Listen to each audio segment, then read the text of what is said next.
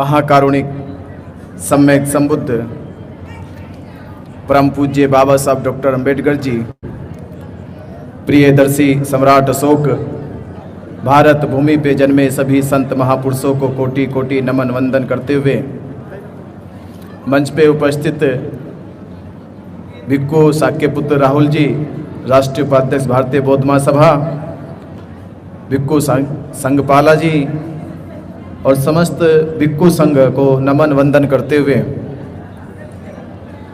इस कार्यक्रम को आयोजित किया बालाघाट की इस पावन धरती पर महाबोधि महाविहार मुक्ति आंदोलन के जन समर्थन में आप लोगों ने जो हौसला दिखाया, जो ताकत हिम्मत दिखाई और करीब आपने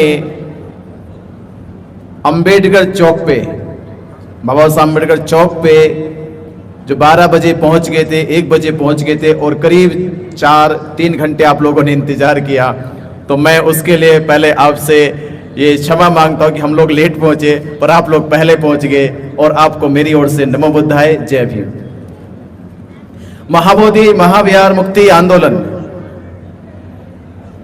12 फरवरी 2025 में बोध गया से शुरू हुआ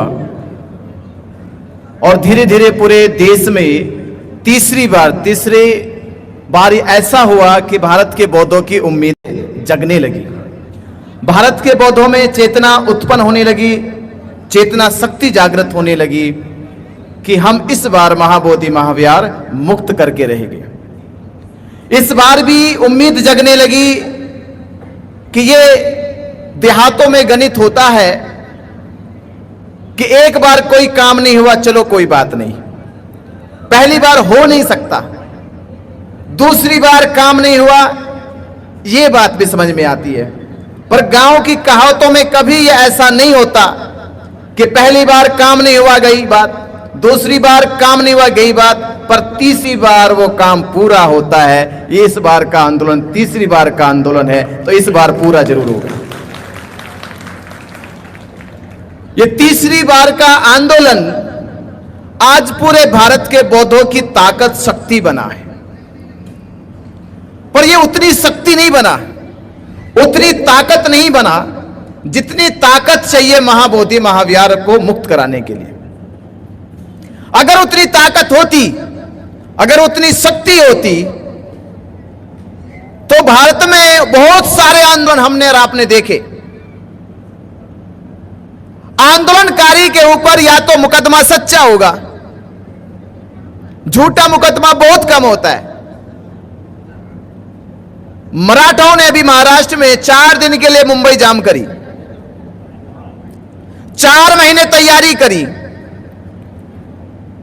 जो अधिकार कानून में भी नहीं थे, जो अधिकार उनके छीने भी नहीं गए थे, जो अधिकार दबाए भी नहीं गए थे, एक नए कानून को संविधान में लागू कराने के लिए मराठाओं ने महाराष्ट्र में 4 महीने मुंबई जाम करने की तैयारी करी और 4 दिन पहुंचकर 4 दिन मुंबई में बैठकर मुंबई को जाम कर दिया और महाराष्ट्र की सरकार को दिन में तारे दिखाए, अपनी मनमानी शर्तें और अधिकार मनवा लिए। वो किस बल पे?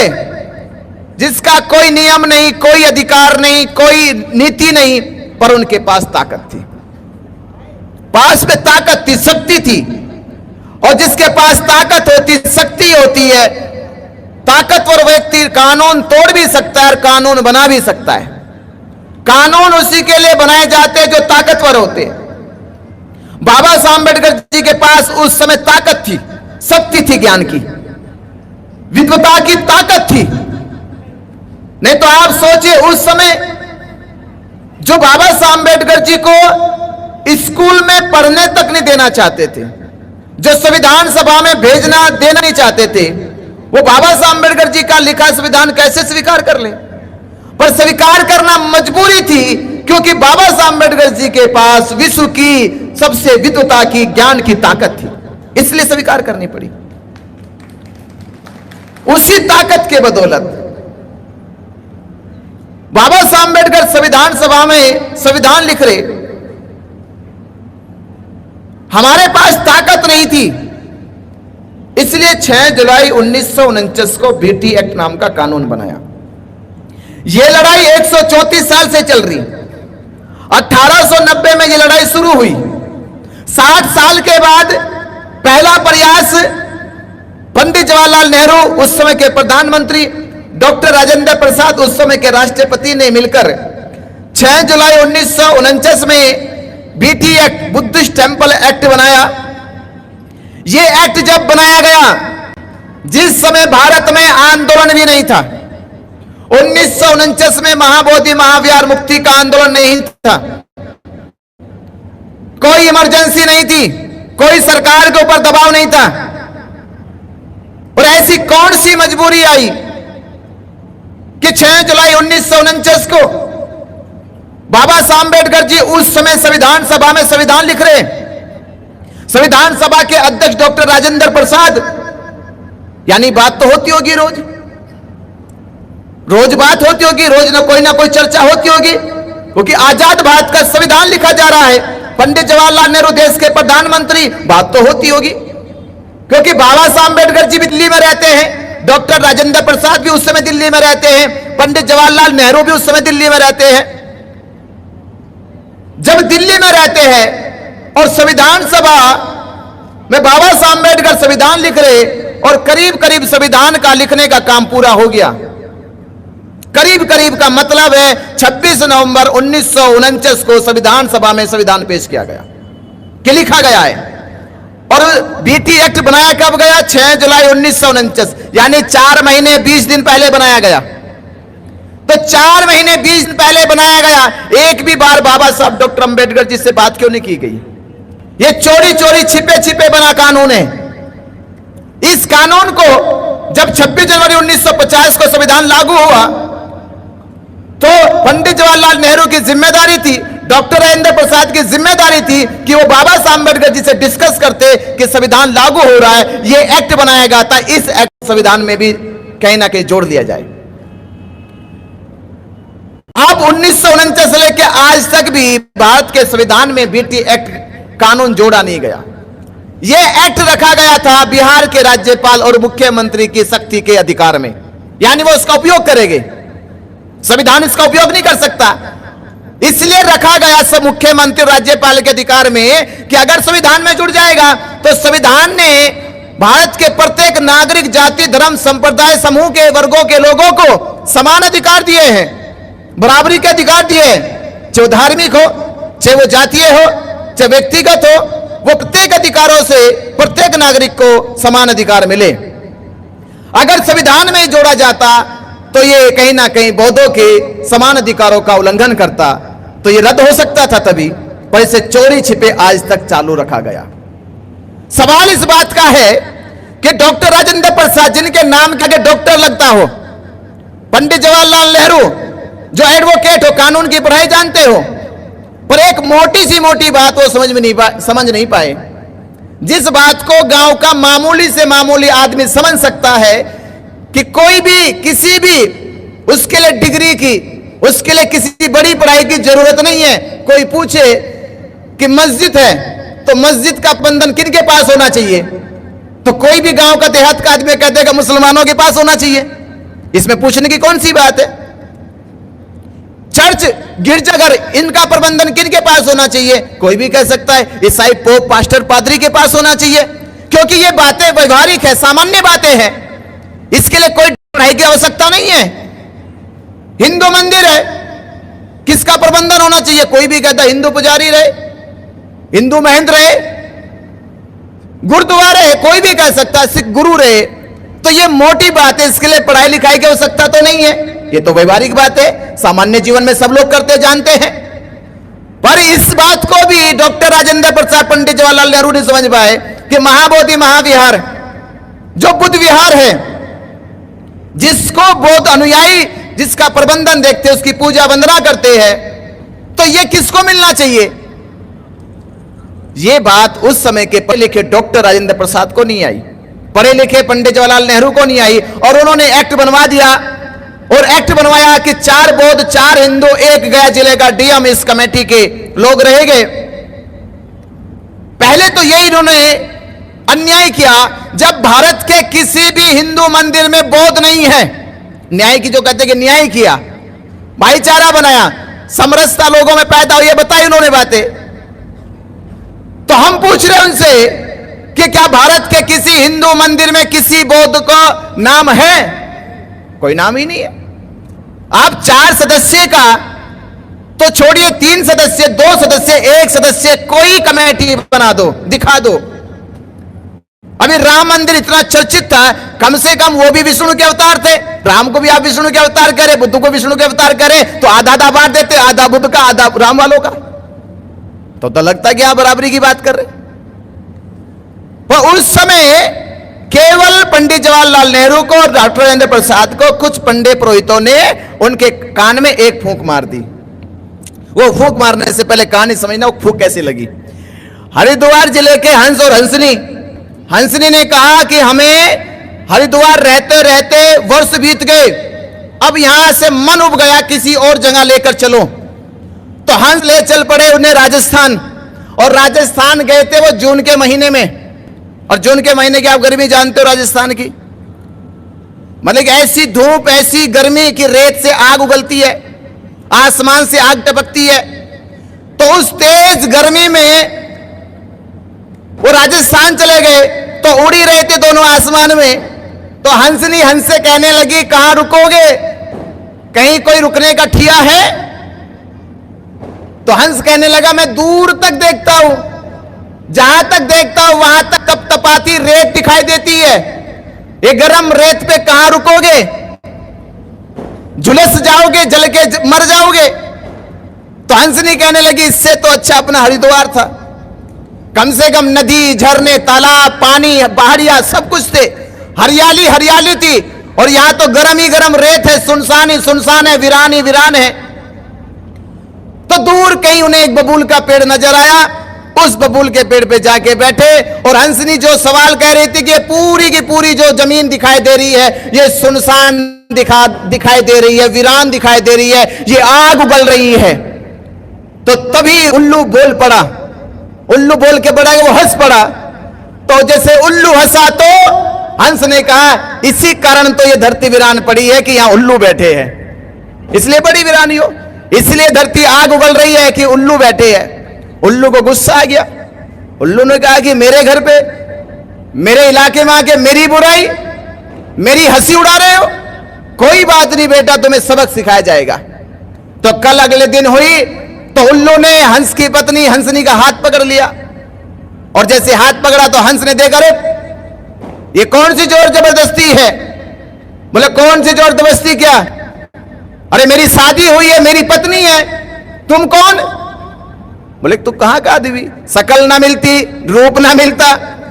अरे उल्लू हो, ये हंसनी है। बोले इससे कोई फर्क नहीं, आज कोई का किसी का मैच नहीं मिलता, बिना मैच के होती है शादियां।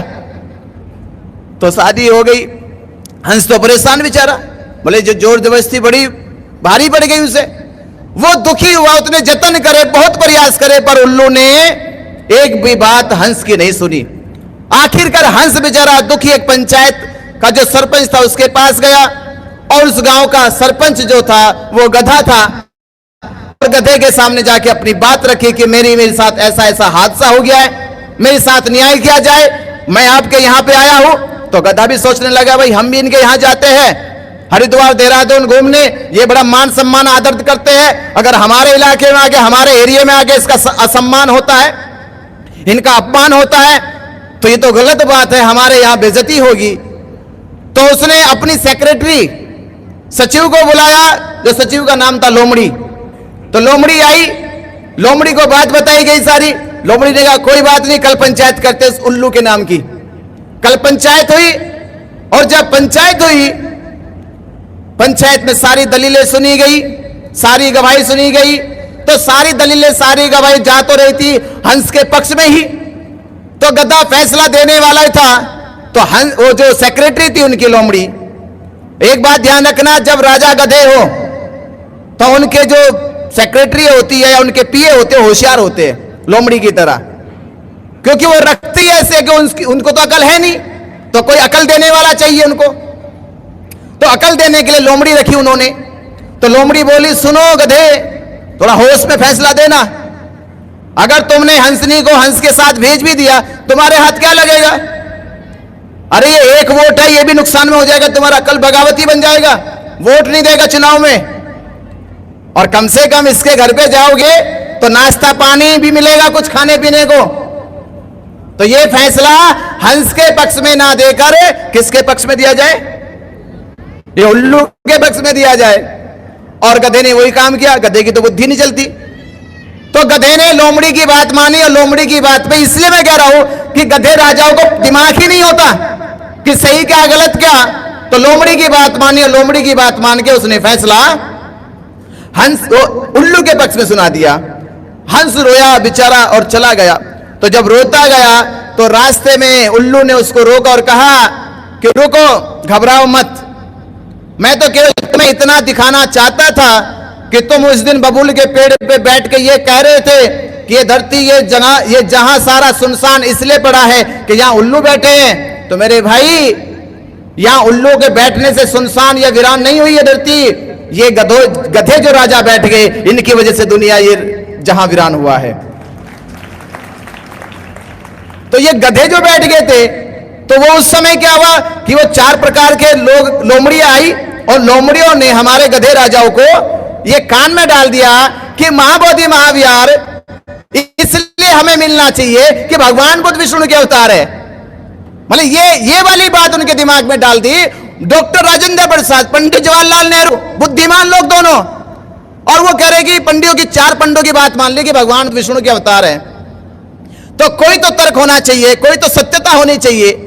आप विष्णु के अवतार कह रहे, तो कितने मंदिरों में, जहां राम का मंदिर है वहां कृष्ण की मूर्ति भी है, जहां कृष्ण की मूर्ति है वहां राम की मूर्ति भी है। भारत के कितने मंदिर है जिन मंदिरों में आपने बुद्ध की मूर्ति भी लगाई हो?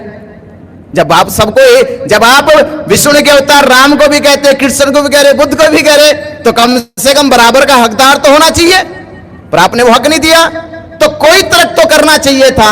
आपने राम को विष्णु का अवतार कहा तो आपने रामायण पढ़ाई देश में, आपने कृष्ण को विष्णु का अवतार कहा तो महाभारत और गीता पढ़ाई आपने।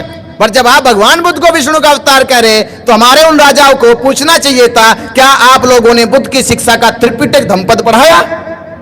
तो वह तो पढ़ाया नहीं आपने।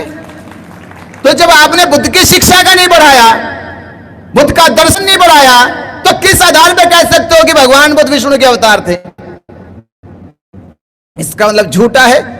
ये झूठ उस समय के पंडित जवाहरलाल नेहरू और राजेंद्र प्रसाद नहीं समझ पाए। उसी के कारण ये एक्ट बन के आया। ये एक्ट क्यों बनाना पड़ा, इसका भी पीछे कारण ये था कि 13 अक्टूबर 1935 को येवला की एक सभा में बाबा साहब डॉक्टर अंबेडकर जी ने ये बात तब कह दी जब देश आजाद भी नहीं है, देश में संविधान भी नहीं है। तो बाबा साहब अंबेडकर जी ने उस समय कहा कि जब हमारे समाज के लोग शिक्षित भी नहीं है, साधन संसाधन भी नहीं है, ताकत भी नहीं, शक्ति भी नहीं है, तो भी उस समय ललकार के कहते हैं कि मैं हिंदू धर्म में पैदा हुआ, ये मेरे बस की बात नहीं थी, पर मैं इसमें रह के मरूंगा नहीं, ये मेरे बस की बात है। ये बात 1935 में बाबा साहब अंबेडकर ने कह दी। 1935 की कही गई बात उनको उतनी चुभने लगी, उतना उनके दर्द होने लगा कि ये तो पूरा देश बदल देंगे, ये तो पूरे देश में बदलाव आ जाएगा, परिवर्तन आ जाएगा। तो उन्होंने साजिश से रचना शुरू तब से कर दी थी, और उस साजिश का पूरा षड्यंत्र 1949 में बेटी एक्ट बन के आया। बेटी एक्ट बन गया, उन्हें फायदा इस बात का हो गया कि उस समय भारत में बौद्ध नहीं थे, खास तौर पे मध्य प्रदेश में बौद्ध नहीं थे, महाराष्ट्र में बौद्ध नहीं थे, उत्तर प्रदेश में बौद्ध नहीं थे, गुजरात में बौद्ध नहीं थे, राजस्थान में बौद्ध नहीं थे, बिहार में बौद्ध नहीं थे। उस समय केवल 1949 के समय केवल 3 राज्यों में बौद्ध पाए जाते थे। एक था पश्चिम बंगाल, कुछ बौद्ध पश्चिम बंगाल में थे, कुछ बौद्ध उस समय उड़ीसा में थे, कुछ बौद्ध उस समय कर्नाटक में थे। बाकी जो बौद्ध थे वो महायानी बौद्ध थे, जो पहाड़ियों में रहते थे। उनका कभी भी समाज की मुख्य धारा से कोई लेना देना नहीं था। वो पहले भी ऐसे थे, वो आज भी ऐसे ही है। पर जो समतल में थे वो पश्चिम बंगाल के कुछ बौद्ध थे, कुछ बौद्ध थे वो कर्नाटक और कुछ उड़ीसा के। पर वो लोग भी एक परंपरागत तौर पे वो भी भूल चुके थे इतिहास क्या है, क्रांति क्या है, प्रतिक्रांति क्या है, परिवर्तन क्या है, इसलिए उनको भी ज्यादा लेना देना नहीं था। तो बीटी एक्ट बना तब जब भारत में बौद्ध नहीं थे, इसलिए उनका विरोध नहीं हुआ। और 1949 के बाद आज हो गए 76 साल। इन 76 सालों में एक आंदोलन 1890 में हो गया जो एक्ट बनने से पहले हुआ। तो एक्ट बनाने का आंदोलन नहीं था, कानून बनाने का आंदोलन नहीं था, यह आंदोलन था कि महंत का 1607 ईस्वी से कब्जा महाबोधि महाविहार पे है। आंदोलन 134 साल से चल रहा, पर इसका मतलब यह नहीं कि 134 साल पहले महंत आया। 400 साल से भारत के बौद्धों के पास महाबोधि महाविहार नहीं है। 400 साल पहले महाबोधि महाविहार के पास 15,000 एकड़ जमीन थी। 15,000 एकड़ जमीन 400 साल पहले 1890 में पहली पिटीशन गया डिस्ट्रिक्ट कोर्ट में डाली गई तो 5,000 एकड़ जमीन थी। पर आज की वर्तमान स्थिति यह है कि महाबोधि महाविहार के पास 5 एकड़ जमीन भी नहीं है। लेकिन कहां 15,000 एकड़ जमीन, कहां 5,000 एकड़ जमीन, और कहां आज 5 एकड़ जमीन में भी महाबोधि महाविहार का परिसर नहीं है, कैंपस नहीं है। वो क्यों नहीं है? क्योंकि 1949 में भारत में बौद्ध नहीं थे, इसकी ताकत उनके पास थी। उन्होंने एक्ट बनवा लिया, कानून बनवा लिया, और 4 हिंदू 4 बौद्ध। बौद्ध जिनका महाबोधि महाविहार है उनका चुनाव हर तीसरे साल होगा, पर 4 हिंदुओं में 3 हिंदुओं का चुनाव तीसरे साल होगा। पर चौथा हिंदू जिसको आज तक भारत के लोग ना जान पाए, भारत के बौद्धों को पता ही नहीं चला। भारत के बौद्ध तो यही जानते थे कि 4 बौद्ध 4 हिंदू। ये बात अलग है। इस बात का सबसे बारीक अर्थ यह था कि 4 बौद्ध जो है उनके चुनाव हर तीसरे साल होने हैं। बिहार सरकार हर तीसरे साल उनको रखना है या नहीं रखना है यह निर्णय लेगी। 4 हिंदुओं में 3 हिंदुओं का निर्णय लेगी कि 3 हिंदुओं को इस समिति में रखना है या नहीं रखना है। पर जो चौथा हिंदू महंत है उसका कोई चुनाव नहीं होता, उसको वंशागत पीढ़ी दर पीढ़ी महाबोधि महाविहार का अधिकार दे दिया उस एक्ट के अनुसार। इसलिए तो वहां पे घंटी उसके अनुसार बजती है। इसलिए तो अभी पितृसत्ता के जो भी प्रोग्राम चल रहे हैं, वहां पितृपक्ष के जो चल रहे हैं, वो पितृपक्ष वाले वो श्राद्ध पिंडदान जो कर रहे हैं वो उसी एक्ट के अनुसार कर रहे हैं कि महंत ने उस एक्ट के अनुसार पितृपक्ष पिंडदान श्राद्ध करने के अधिकार मांग लिए। पर तब से लेकर आज तक बौद्ध लोग हम चुपचाप बैठे रहे, क्योंकि आज भी हमारे जिलों से टूरिस्ट बन के, चलो बोध गया घूमने चलते, टूरिस्ट बन के जाते हो। कम से कम अगर चेतन शक्ति जिंदा होती तो महाबोधि महाविहार की देखरेख करने के लिए जाते, महाबोधि महाविहार का निरीक्षण करने के लिए जाते, महाबोधि महाविहार की रक्षा करने के लिए जाते। तो देखते जाके कि महाबोधि महाविहार कोई टूरिस्ट प्लेस नहीं है, वो होली प्लेस है, वो पीस प्लेस है, वो शांति का प्रतीक है, वो करुणा का प्रतीक है, वो मैत्री का प्रतीक है। और पूरे विश्व को ज्ञान कहां से मिला, कैसे उपलब्ध हुआ, उसकी साक्षी प्रतीक भूमि बोध गया है। पर हम आज भी हमारे यहां लोगों की मेंटलिटी है कि और टूरिस्ट बन के चलो, बोध गया घूमने चलो। तो जब टूरिस्ट बन के जाओगे, टूरिस्ट का काम क्या होता है? घूमना, फोटो खिंचाना, वापस घर आ जाना, ये तो काम होगा उसका। बाकी क्या काम? कौन पंडा आया, कौन पंडा पूजा किया, कौन पंडा ने घंटी बजाई, किसने क्या किया, किसी को कोई मतलब नहीं। इतने बड़े इतिहास में एक बार जब ये बात जब पूछी गई, पहली बार जब हमारे द्वारा बात पूछी गई कि किसकी अनुमति से महाबोधि महाविहार में तुम ये पिंडदान करते हो, ये वो धरती है जिस धरती से तथागत बुद्ध ने 45 साल शांति, करुणा, मैत्री, ज्ञान पे और सत्य विज्ञान के आधार पे धर्म का उपदेश दिया, और पूरे भारत में से पाखंड अंधविश्वास का घोर विरोध करके उसकी जड़ों को उखाड़ दिया। ये वो धरती है जिस धरती से पूरे मानव जगत को ऐसे बुद्ध मिले। जैसे मैं कहता हूं कि दुनिया में ऐसी बहुत सारी धरती है जो जन्म के नाम से जाने जा सकती है, जन्म हुआ किसी का, किसी महापुरुष का कहीं जन्म हुआ, ऐसी धरती दुनिया में बहुत सारी मिल जाएगी। किसी महापुरुष का कहीं निर्वाण या मरण हुआ, ऐसी धरती बहुत मिल जाएगी। पर दुनिया में एक ही दुर्लभ धरती है, बोध गया, जो बुद्धत्व की प्राप्ति के नाम से जानी जाती है। दूसरी दुनिया में धरती नहीं ऐसी। आप कभी सोच के देखो, दूसरी धरती नहीं, दूसरी धरतियां मिलेगी, किसी का जन्म हुआ, किसी का मरण हुआ, पर कहीं भी पूरी दुनिया में बोध गया के अलावा दूसरी धरती नहीं कि जहां ये कह सके यहां किसी संबुद्ध का जन्म हुआ। वो केवल बोध गया की धरती है। तो उतनी पावन पवित्र धरती पे आज तुम लोग वो आडंबर, पाखंड, अंधविश्वास फैलाने का काम कर रहे, यानी बौद्ध संस्कृति, बौद्ध दर्शन, बौद्ध विरासतों को कमजोर और मिटाने की कोशिश की जा रही है। ये किसकी अनुमति से होता है? किसकी अनुमति से तुम अंदर आते हो? कौन तुम्हें इजाजत देता है? किसने तुम्हें अधिकार दिए ये करने के? ये पूछना केवल हमारा नहीं, ये मेरा नहीं, आप सबका अधिकार था, प्रत्येक भारत के बौद्ध भिक्षुओं का अधिकार था। पर पूछा किसने उनसे जाके? किसने पूछा कि वह हर वर्ष सैकड़ों की संख्या में महाबोधि महाविहार में घुस जाते हैं और पूछता कोई उनसे नहीं। महाबोधि महाविहार हमारा, संस्कृति हमारी, विचार हमारे, पर उनका अधिकार उनका। भाई पूछा गया, पूछने से उनके अंदर जो बेचैनी हलचल पैदा हुई कि उन्होंने फिर 6 मार्च 2025 को पहला मुकदमा करा। अभी बात पूछिए कि क्या इतने पूछे मुकदमे होते? आपके घर पे कोई आ जाए तो पूछे किसकी मर्जी से आए, किसने तुम्हें आने की इजाजत दी? आपका घर, और आपने पूछ लिया, आप पे मुकदमा कर दिया उसने। इसका मतलब यह है कि उनको लगा ये पहली बार ऐसा हुआ है, तो पहली बार हुआ और आखिरी बार हो जाए, दूसरी बार कोई पूछने की हिम्मत ना कर सके।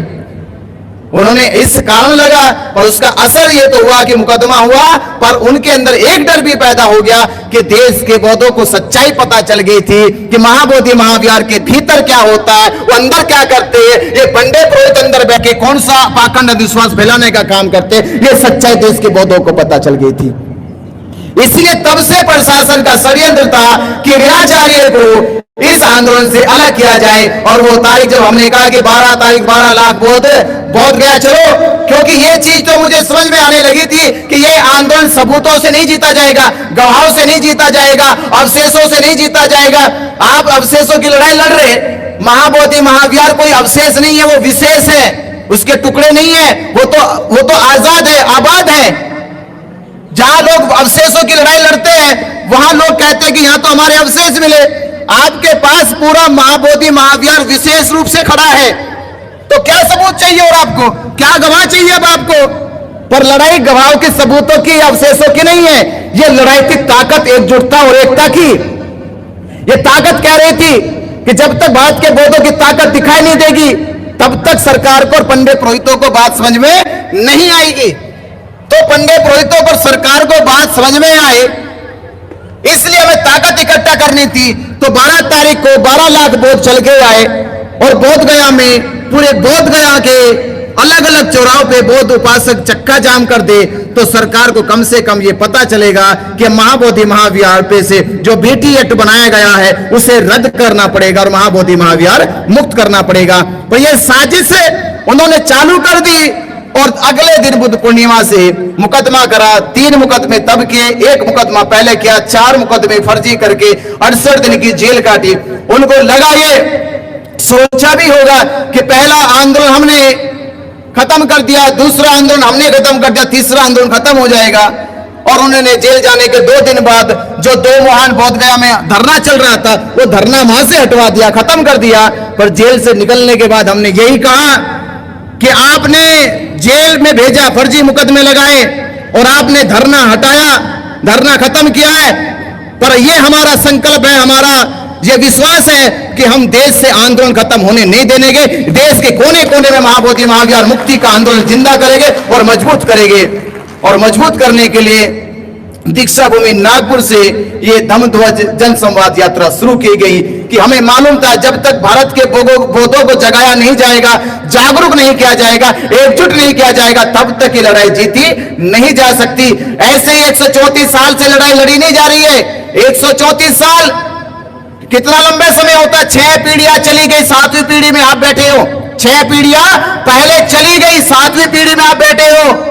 वहां मराठा लोग 4 दिन में अधिकार लेकर आ गए, हम 134 साल में अपना महाबोधि महाविहार अपने हाथ में लेकर नहीं आए, क्योंकि उनके पास ताकत थी, हमारे पास ताकत नहीं है। तो सवाल है कि महाबोधि महाविहार मुक्त होगा जब बौद्धों के पास ताकत हाथ में होगी, जब शक्ति हाथ में होगी। ये शक्ति कैसे पैदा होगी?